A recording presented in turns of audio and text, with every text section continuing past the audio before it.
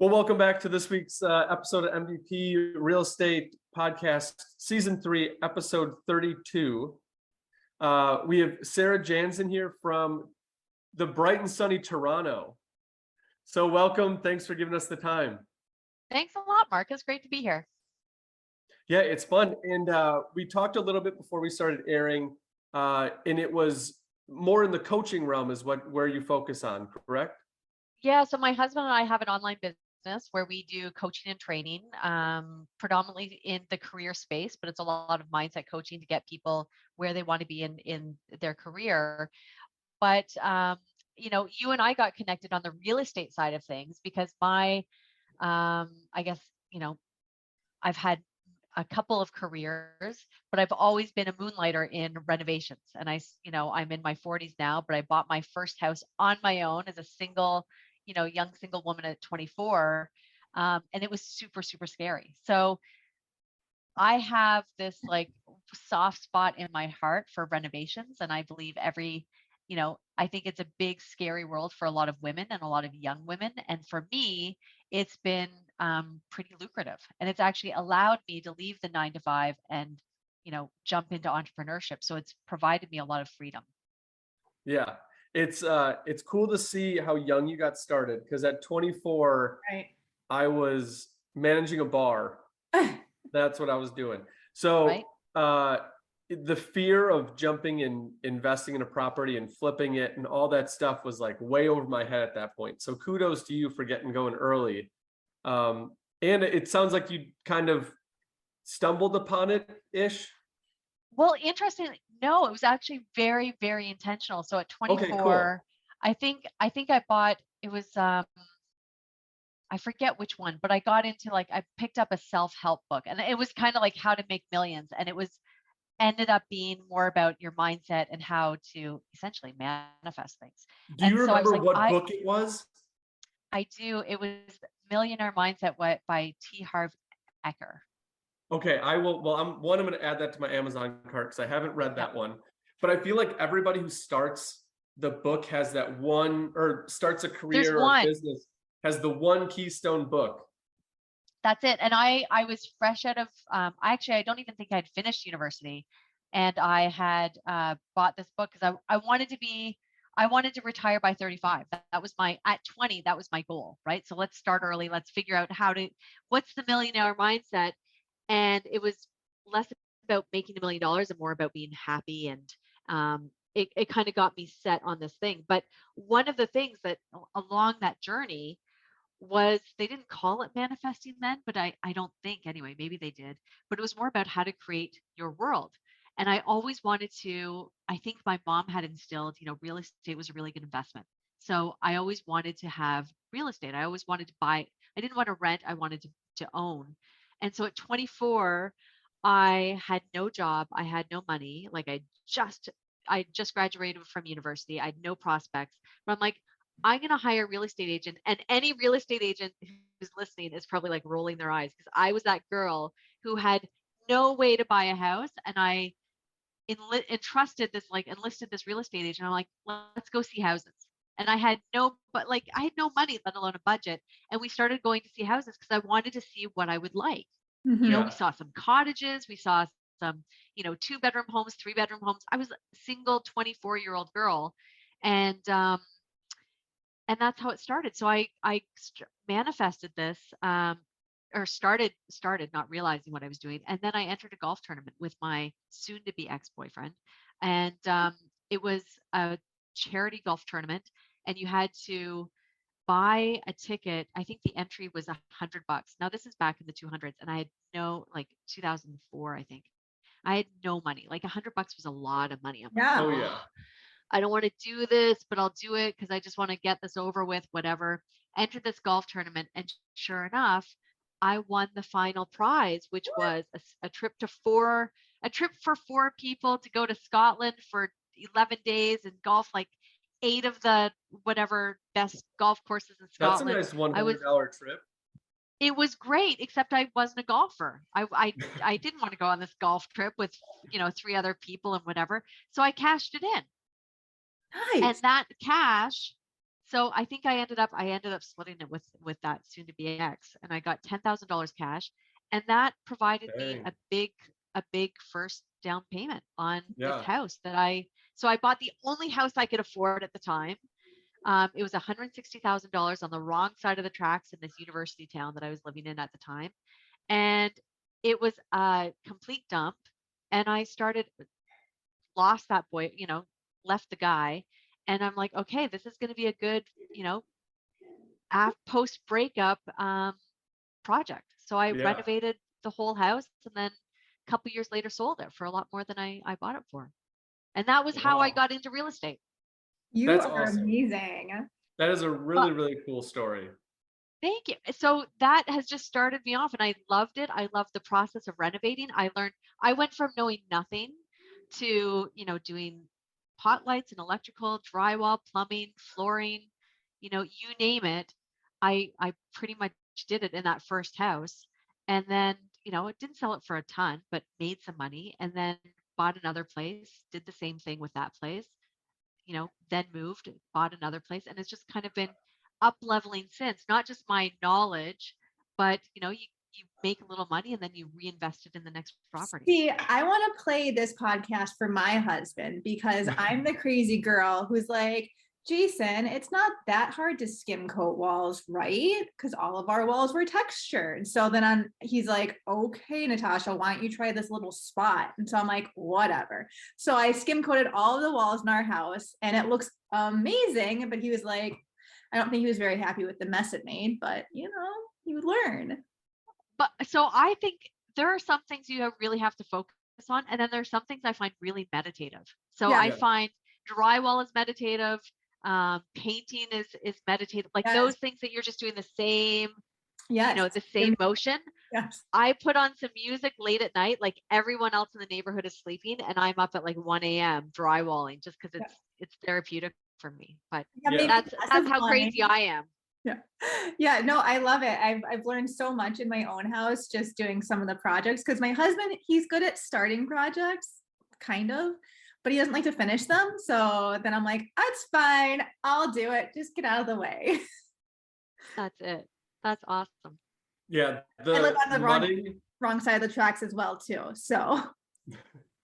But if that's the only way you can, so here's the thing, if that's the only way you can get into real estate, I still recommend it. I think the first book I read, they were saying buy the crappiest house on the best street because that's where you're going to make the most margin. And I still live by that. Don't because so many people right now, they look for the glossy, ready to move in home. And I've always gone, counterculture, I guess. Like I've always looked for the diamond in the rough. Diamond in the rough. I always say I just want good bones. Like everything else I can work with, but I just want good bones. And you start looking for things that you're like, oh, I can fix. Like it's veneer essentially. And if you can look past that, if you can look past the stains on the rugs and the holes in the wall that you're going to re-drywall it anyway. That's been the secret. Yeah, for sure. One of the best adventures of going to find a house with a buyer was actually my foreman, because him and I obviously are on the same mental wavelength, and you can walk in and it's like, okay, we have to look at structures. So we go to the basement first, we make sure the structure is good, floor plan. And then not once did we talk about wall color or all that can change. I want to know what are we working with structure wise? All the rest of it can change. Yes, it'll take work. Yes, it will take time. Yes, it will take money, but you can get it to what you want to as long as the structure is working. And there was a couple that obviously you walk into and floor joists are cut out for plumbing and electrical wires are hanging out without caps on them or covers. It's all weird. Fixable. Yeah. And some people buy it because the makeup is great, but you're underneath the makeup, your toilet's going to fall through the floor. Right. But no, absolutely. Absolutely. I mean, there were things I've known. We got a deal on this current house because there were joists in the basement that were literally cut in half, being held together by a 2x4 and a few nails. And we're like, okay, we're going to gut it anyway. We'll replace it. Whereas a lot of people would run for that reason. Yeah. you know? We actually picked one up through like the height of COVID where prices were just, you're offering so much over and you can't even get it. We got a house like pretty much under what MSRP would be. Yeah. And not with the inflated, just a normal market under that, because they didn't hanger the joists in the basement. So they actually cut out a piece of it, attached a ledger, and then put shims in to hold it. So it's all constructed wrong, but that's the only thing that's wrong with the basement. So you can work with it. Yeah, that stuff you can fix. Like that's an easy fix. If you talk to the Pro Desk or use YouTube University. Yeah.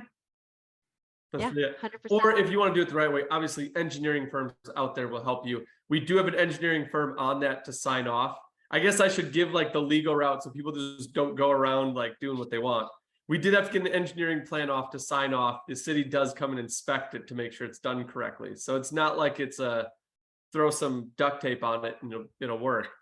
I will say that. I will say, disclaimer here, my first renovation, there was no structural changes. It was all cosmetic. But that said, I was, your story reminded me of, that's the one thing I will avoid is when I'm looking to buy a house, and I haven't purchased a lot of homes, but, the last one I bought with my husband, and we would go into these okay homes. They'd been kept up or they'd had a renovation 10 or 20 years ago. Those are the ones that I tend to avoid because I want the homes that have not been touched, just because I don't want to be paying for someone else's bad reno. Right. I want to get a house that's like has been maintained maybe, but hasn't been updated. So right. Because I'm going to do that, and I want to put my own style and flair on things. Sure. Yeah. My sister, she just got into an awkward conversation with her neighbor. Oh no. She had moved in like maybe 2 years ago. Yeah, 2 years ago. And she was outside, they're on a walk, and she saw her neighbor at the end of the street talking to him. Hey, how's it going? Oh, we're thinking about redoing our kitchen because it's kind of outdated. And they're like, oh, really? And she's like, yeah, we just want to put like our touch on it. And they're like, well, me and the guy you bought that from just redid the house like 10 years ago. And she's like, oh, sorry. Oh. Because she does want to gut it. She doesn't like the flip that they did with it. Like she doesn't like the color schemes and the countertops. But it was like, I didn't mean to insult you. We just want to put our touch on it. But yeah, it was no structural thing. It was just, she wants to put her touch on it, kind of like what you just did. Of course. Yeah. But now that we've eaten up like half the show just talking about real estate, I want to get into what you do.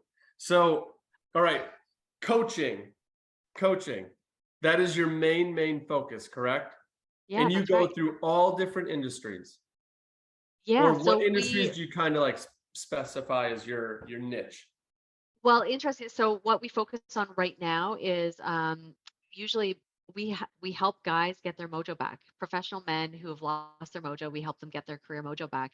So predominantly our main focus is men in their 40s and 50s who've been super successful or super ambitious, and they've kind of plateaued, or they have they're not rising through the ranks as quickly as they'd like, or they get to their 40s and 50s and they're like, is this all there is? And some of them want to make a pivot, and we help them. My husband does a lot of the coaching on that. I'm coming off of having 2 little babies. Aww. So I'm about to start my own area of coaching, but that's what we do. We went online right before COVID, a year before COVID. So it was perfect timing, but we work with guys in the UK, in the US, in Canada, and that's what we do. That's amazing. Sweet. Was that like a necessity of the time? Like you weren't going to keep doing real estate, or you saw trends happening and you wanted to pivot yourself? Or like when you were doing your real estate and your other jobs, like what was the light bulb that was like, no, we're going into coaching. This is the direction we're taking. Well, real estate was never my full-time gig. That was always where I moonlighted. So, it's interesting. I know you have, this whole podcast is on real estate, and I'm sure most of your guests are like focused on real estate or fixed. It's always been my side gig, and I'd call it a hobby, although I've made money. So I guess you could say it's a side hustle. But when I was 24, I had a 9 to 5. I was in pharmaceuticals, and I had a 9 to 5, and I was a sales rep. So my job was very flexible. Um, and I was always doing the corporate gig until probably 7 years ago. And it was when I paid off through investing and fixing up real estate, I finally made it, along with my 9 to 5. I finally paid off my condo at the time. And that was it. I'm like, okay, so now that my condo's paid off, I don't have a mortgage anymore. Now I can take that leap of faith and go out and do my own thing. And that's how real estate has really helped me um, become an entrepreneur and do other things that I love, because I've always done well in real estate. It's kind of been it's helped me along, so to speak. Yeah. Have you been a coach previously, like with kids, or were you an athlete? Like, where did that inspiration to like lead people come from? Good question. I think, with when I was in sales and marketing and pharmaceuticals, and I always just really liked helping people be the best that they could be in whatever role that they were and whatever their goals were. And when I left corporate, when I left pharma, because I became really disillusioned with corporate, the 9 to 5 in general, as well as pharmaceuticals, but that's a whole other story. I my my passion has always been to help women really become the most that they can be, and not be, you know, not be tied by their own fears and inhibitions. So it's how, I would love for every woman to get into real estate, just because if they can, find a way to get into it, if they enjoy it. For me, it's been, I love it. I'm really passionate about it. I walk into a house and I'm like, what would I do differently? How do I like this layout? How do I not? For me, it's that. But for every woman to find their own way of doing things, and not just, and I guess the big thing is not be intimidated by it. And I think that was in real estate, there's a lot of intimidation, especially with young women. It can feel very intimidating. Um, and so my business, how did I get into coaching? Because I wanted to help women entrepreneurs realize their full potential. But I'm really passionate about women not being intimidated by the contractors that come in and, give ridiculous quotes, because they Can see we pause on that for a second, because that gets we can. We I feel like can. I should just log off on this one. You guys got the rest of the show here. That gets me so angry. So a lot of times I hire the contractors because my husband's busy at work. Like, he has so much other stuff on his plate. I work from home. And what gets me is when I start talking to the contractors, and then the contractors stop looking at me and start looking at my husband. And I'm like, wait a second here. It's my design idea. It's what I want out of this. Like, why are you just naturally referring back to him? Like, oh, it just irks me. All right. Well, I can totally relate to that. When we bought our house 5 years ago, almost 5 years ago, and we gutted it. We gutted our place down to the studs. So there, at one point, there was no water, there was no plumbing, HVAC, electrical. Like, we fully gutted it. And I was the GC. I was the general contractor for that project. Although I shouldn't say that. Contractors didn't realize I'm feeling that attacked here. and you shouldn't, you really shouldn't. No, I'm just kidding. Contractors didn't realize that. They would come in and they would talk to us, and my husband had no experience in renovations. He'd never owned a home that he'd lived in. He had, a couple rental properties, but he had never been part of, and this was my fourth property, I guess, fourth or fifth property, and I'd always been hands-on. And so they learned very quickly that I was the one who was asking the right questions, who was, I was the one helping most of them solve problems along their way, and I think this is, maybe I take too much pride in this, but when they came to me and said, well, we can't do that. And I'm like, well, you can if you do this and this and this. And they're like, oh yeah, you're right. We can do that. And I'm like, okay, so we're going to do it. Go, Yeah. Go but along. I think I also had the chutzpah. Like, I also had the lack of a better term, balls. I had the confidence to do it, right? That I would stand toe to toe with some of these guys, and I'm still learning. I've still let guys, you know, take control of the reins in areas I shouldn't have. But you learn as you go, and you make some mistakes, and you win some, and hopefully at the end you're a step ahead, either in education or money, or ideally both. Yes, for sure. Yeah. Yeah, we are. I have to say, I know that idea and that concept is out there. I know that male contractors in general will go with other men because they're supposed to be the builders. In my perspective, I've got it flipped. Like my key contact at Home Depot, like we were talking about, the pro desk, female. And she's always on the ball with like what we're looking for, different ideas. Like I know she knows what she's talking about. The lady that's helped me with cabinets, female. Our interior designer, female. The other part of the ownership in the company, female. So I've got a lot of female influences within the company that I will happily let them take the reins on the things that they want to take the reins on, like marketing. Natasha's going to kill me every time in marketing. I'm not going to make things look better than she does. And I don't want to make this a female male thing. Like it's not a man versus woman thing. In the industry, like I've worked with some fantastic contractors, like just amazing contractors who see me as a partner and have always seen me as a partner. Like that's so.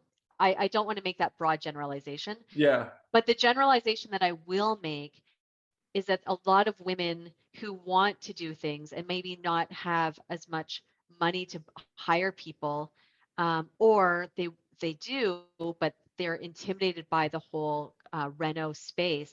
That's the piece I do feel comfortable saying. There's a lot of opportunity for women to step up to the plate and take things on, do things, as you said, Natasha, you're skimming the walls yourself. There's a lot of stuff that we can do that is really not, it's not going to do any damage. Like you can do a lot of mistakes with drywall and not cause any issue. Like there's nothing that can't be unfixable with drywall, right? There are things that you can do, or paint. I would even say, I ventured in now, huge disclaimer, but electrical for me was like, you turn off the, you follow the instructions, you turn off the panel. So, kids are away, like you're not doing this with any distractions, but there's a lot you can do on your own, like switching light bulbs, switching, plugs and outlets, things like that really aren't, I'm not going to, I've never wired my entire house. I've never plumbed my own house, but I'm comfortable if I have to, I don't know, something's leaking. I'll be the one to check it out first before hiring a plumber or calling the plumber.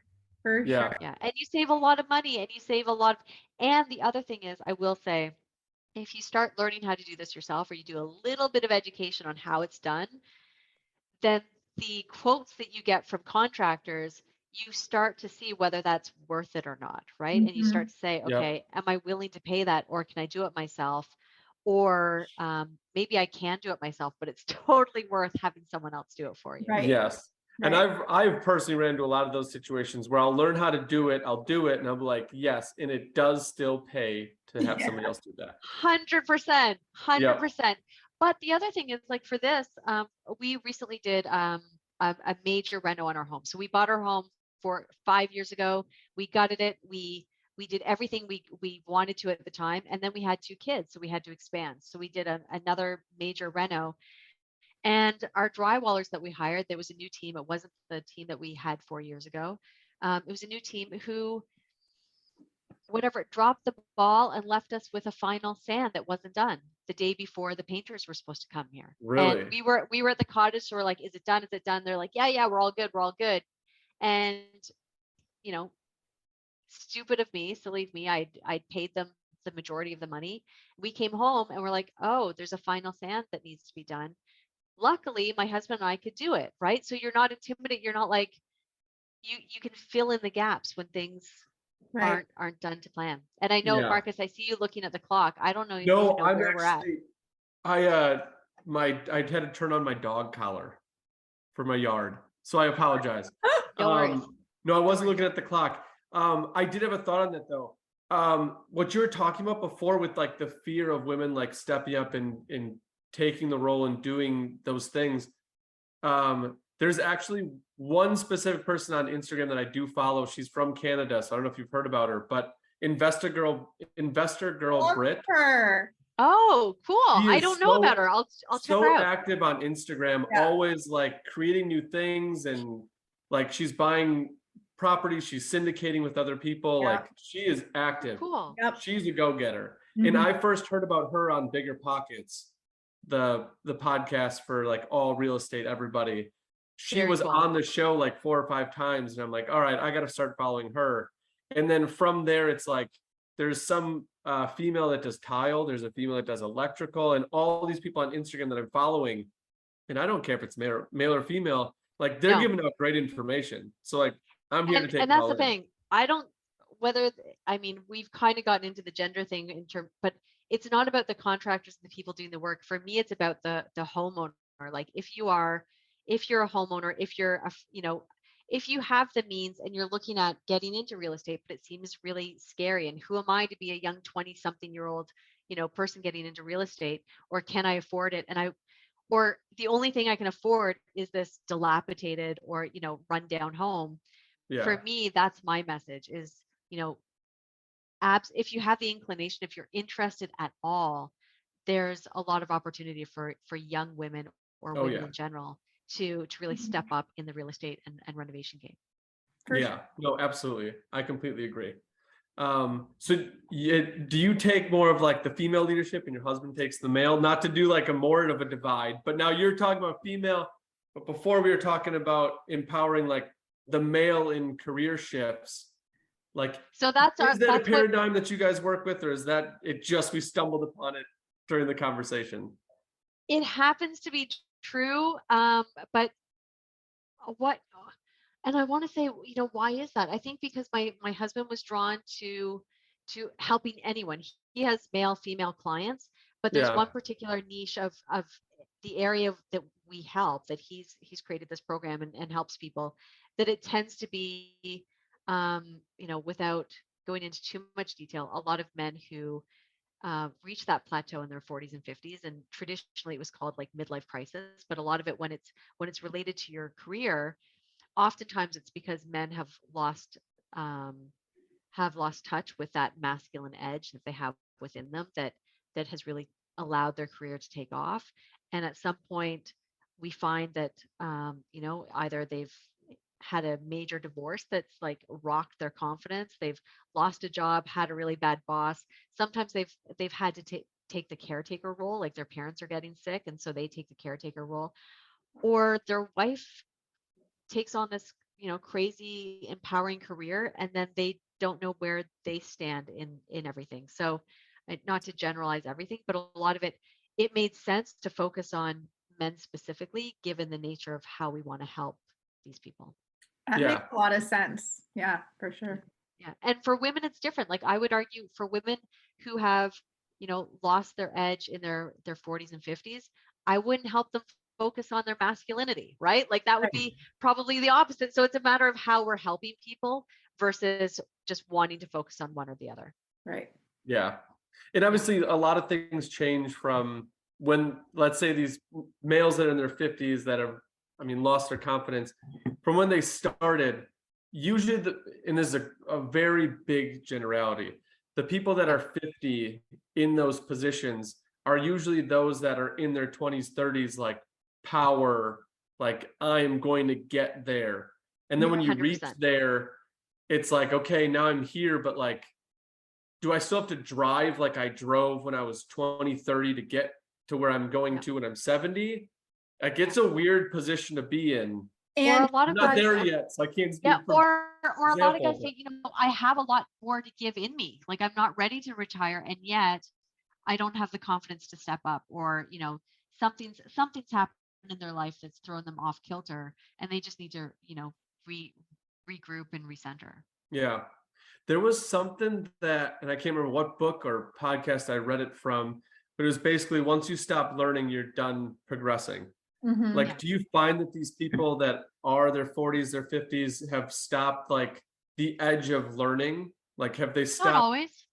Okay. Not always. Like, and I would make that, there's a lot of people who are, constant seekers and that's it. But that doesn't, it's one thing to intellectually understand things, and it's another thing to put it into practice. And I think that's why, that's why our coaching and training, it's bridging that gap. It's you can know a lot of things intellectually or read the books, but how to put that into place, or even just having, I don't know if you guys play sports. I grew up playing sports. My husband's a huge, big athlete. Um, there's something about having that coach on the sidelines who sees the whole game and has a different perspective. You're in there and all you can see is your little laneway. Yep. And a coach can see the whole field. Yeah, that was the biggest thing, and I couldn't even put it into words until you just said it. But when I was working like a W-2 job and I had a manager and a boss, I never looked to them to give me the answer, but they were there to get me to like push and to stay on focus, to stick with the game plan. Like, remember all the things that we practice, we got to keep doing those things. When you're off on your own, like, you look to the sideline, like, you're a coach player. You are the person that's coaching. And that's a very weird dynamic. Yeah. Like, when you don't want to wake up in the morning, it's not like I roll over and I'm like, all right, what is my boss going to say when I ask for a day off? Like, there is none of that. Like, you are going to work every day. Oh yeah. Yeah. No, exactly. It's a really weird position to be in. So your coach analogy, like, that really, I don't know, hit home with me when you said it. Good. I mean, I'm a big believer. I've always had coaches, one or mentors, one way or the other. I'm a huge believer. If, and it's a big if you have ambition for your life, and not everyone does, but if you really want to get further in, and I don't mean just career, right? Like I want, my message is for women who are ambitious in their entire life, whether that's career, relationships, being a good mom, being a good friend, being a good, daughter. If you have ambitions to be better, which I do, then oftentimes a coach is the best way to get there. Yeah. And do you have like a system, you and your husband? Is it a system that you have created, or is it all like, okay, this is a unique situation, let's find out about you? And okay, so both type of. It's got to be both. I mean, it's not it's not a cookie cutter situation. Nothing. I mean, everyone has their unique situation, but we have a process, and we have a process that we take people through, and it's individualized, and we have a program that's unique for those, for people who we identify that would be a good fit for that program. And then other people are a better fit for just one-on-one coaching. And it really depends on what they need, what their outcome and desire is. And we help them, one, determine what that is, and then help them find the right process for them. Yeah. Awesome. I was just talking to my friend that I actually played baseball with in college. He is now in psychology out in California.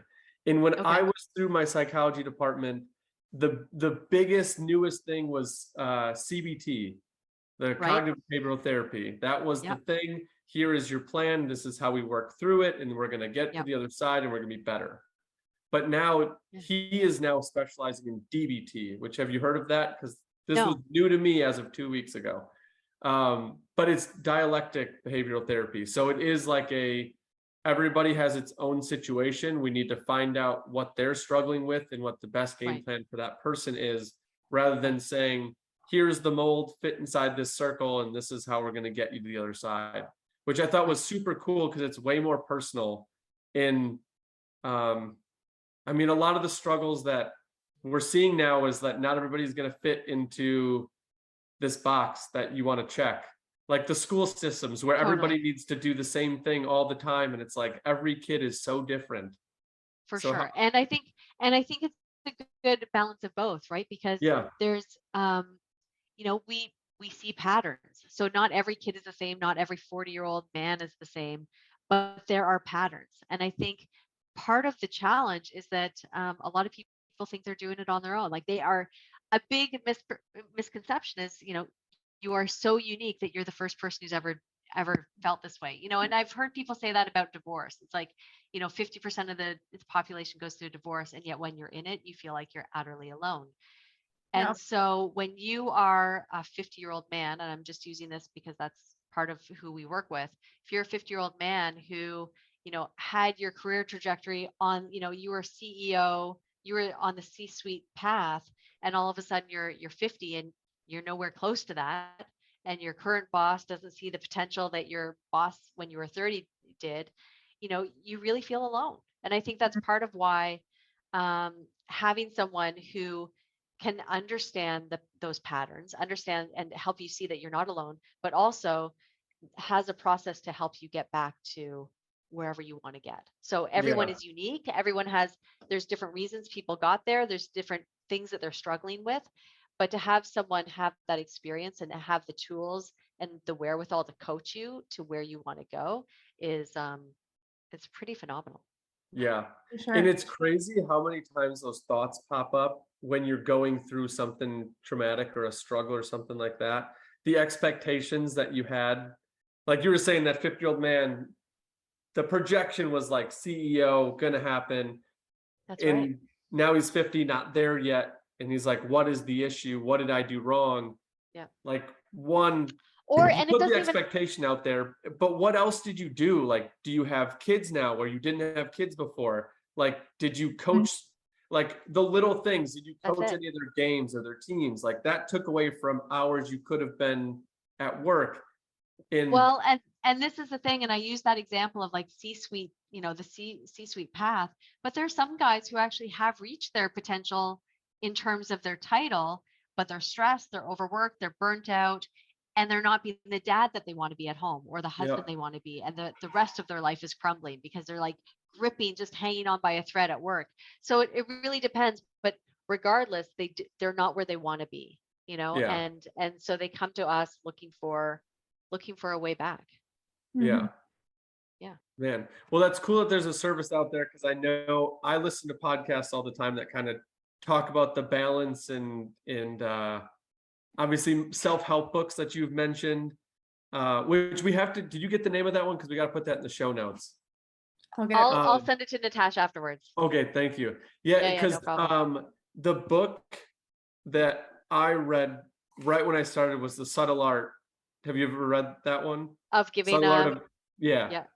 We can swear in this show. Oh, can you? I wasn't sure. Who's the owner on this show? Can they swear? Yeah, we can. So it really depends on, you have to put a disclaimer on the podcast, like that there are, that's the only thing. Apple gives you, I don't know if we've sworn yet. So we'll keep it PG. Keep it clean. Keep it clean just so Apple likes you. What is it? Yeah. Just so Apple likes you. Yeah. Right. So Spotify doesn't shut us down here. That's right. But no, that book was my keystone book of like getting going, because it was, I've got to put down all of the what ifs and the, oh my gosh, what are people thinking, and just focus on what specifically I want to give energy to. Because there was one example in it where you've got 100% battery at the start of each day, and everything you do takes percentages of that battery, and you only have 100%, and that's all the freaks you can give in a day. So choose them wisely. Completely. And know how to recharge that battery. 50, I don't have that what if still lingering, but I feel like it's just a normal part of progressing. It doesn't have to be, but it can be. It doesn't have to be, but it can be. Yeah. If you give that energy early on, right? To prevent it. I think also if you get so far out of alignment, if you maintain that alignment, throughout your life, it's one thing. But if you stop listening to that voice, or if you get derailed, then that's another thing. Or if you let your mindset, go kaput. Yeah. Not doing the things that you did when you started. Well, that's it. That's exactly it. Yeah. Man. Anyway. Well, we got derailed from real estate, but I think the big thing, the big fine. Message is, oh, really? Oh yeah, we've had non-real estate specific people on the show before. It's weird because we found out as we've done the show that real estate is really just a catch-all, because everybody in some way is touched to real estate. So like if you coach people that are in real estate businesses, like there is real estate. We've had another therapist I believe she was from Minnesota, but she works with, wasn't she from Minnesota? I don't remember. Because we went to the same grade school. I don't know how that happened. Oh, that's right. We did. And then I think she moved to Minnesota through school. but she worked with real estate people, but she does like kids and adults within therapy. So we have like the gamut of everything. So nothing was derailed at all. No. Okay, good. Good. I guess, I mean, if I were to bring it back to real estate though, even though you said we don't have to, it's like, that has been a great investment tool for me and a passion. It's kept me, you know, in my 20s. That's what I did. I renovated when other people were out partying and spending their money on, you know, booze and booze and other stuff. I was at Home Depot and I was renovating my home, and it became a really good unintentional investment platform that allowed me then to pursue my passions when I wanted to leave the 9 to 5. Yeah. Yeah. Much better spent than booze and Taco Bell, which is what I'm guessing I think so. Was the highest budget at that age. Yeah, I think so. But that's just me. No, I wish I would have gotten started earlier, because there's been people on the show and that I've talked to that are like, oh yeah, I bought my first house in college or right after college. And I'm like, that's it. Oh, if I would have done that. Yeah, I know. Well, and most people say, oh, it's too expensive, and I get it. If you have no money, you have no money. I mean, I feel like I manifested it, truthfully, but there's always ways to get in, right? Like whether it's, and I would say I've had people ask me the same thing. It's like, you know, we live in Toronto. Toronto is really expensive. It's up there with like New York and San Francisco. And, you know, you can get a 1-bedroom condo for $1 million, right? Like not like I think I just compared Toronto to New York on the last episode. Right. Like I'm pretty sure I cheap. It's so I have a lot of, you know, friends, kids who come to me saying, you know, where should I start? And if you can't get into Toronto real estate, which a lot of people can't, I say, go to the outlying towns, like go to a large town or small city where there's university. So, you know, there's always going to be rental opportunities, buy something there, like just get your foot in the door and be smart about it. But get your foot in the door, because I mean, who knows, we might be in a bubble. Everything's going to crash. It depends where you are. But I just think if you're following your heart and you're doing it, you're not speculating, but you're buying something that you would live in, like you yourself would live there, there's always going to be someone who will rent from you. Yep. Yeah. I agree. You know, so yeah. And the one thing I've noticed from like the college area, university area rentals, they usually don't care if the countertops match the paint color in the kitchen. Right? They don't care at all. No. They don't care. And I would even say, like, if you're going to be really smart about it, then go somewhere with the graduate program. And so you can specifically look at people who are a little more mature, a little more school focused versus partying. Like, you're not going to be renting it to 18-year-old, out from under their parents' home for the first time, but someone who's like studying for med school, like that's the person you want in your condo. Yes, it is. Things like that. Not that you can choose, but if you're gonna make it your way, why not? Right. See, you shouldn't have left real estate. You still got it. I love it. That's why I love it. Good. That is awesome. Well, I mean, it's crazy the path that everything is taken from a ex-boyfriend forcing you to go to a golf outing. So kudos to that guy wherever he's at. Right? But so grateful. So grateful. It worked out perfectly. It did. Well, I appreciate you coming on the show. We've hit our hour, and I usually stop it there. But I feel like we can definitely have another show, start diving into, because what I wanted to get into was kind of like, all right, from when they contact you, like, how do you take them through, and how do they, like, is there an end period, or what is Who's they? What are you talking about? In real estate, like, or our business? in your coaching, someone comes to you and is like, hey, I'm 40, I'm not where I want to be. Like, how does that, because I've never been in that situation. I've got so many questions directly in your training without giving out like the secret sauce, obviously. So we'll have to have you back on next year. I was going to say, have me, or I'll introduce you to my husband who does more of that specific coaching. You can talk to him. Or you guys can both. Yeah. Fun. This would be like the 4th couple we've had on. Yeah. Oh, I think that would be fun. Yeah. I think that would be fun. All right, let's do it. I'll send you an email. Love it. Perfect. Awesome. Thanks very much, both of you. Yeah, thank you very much. Enjoy your weather this weekend. Thank you. You too. Have a great weekend, guys.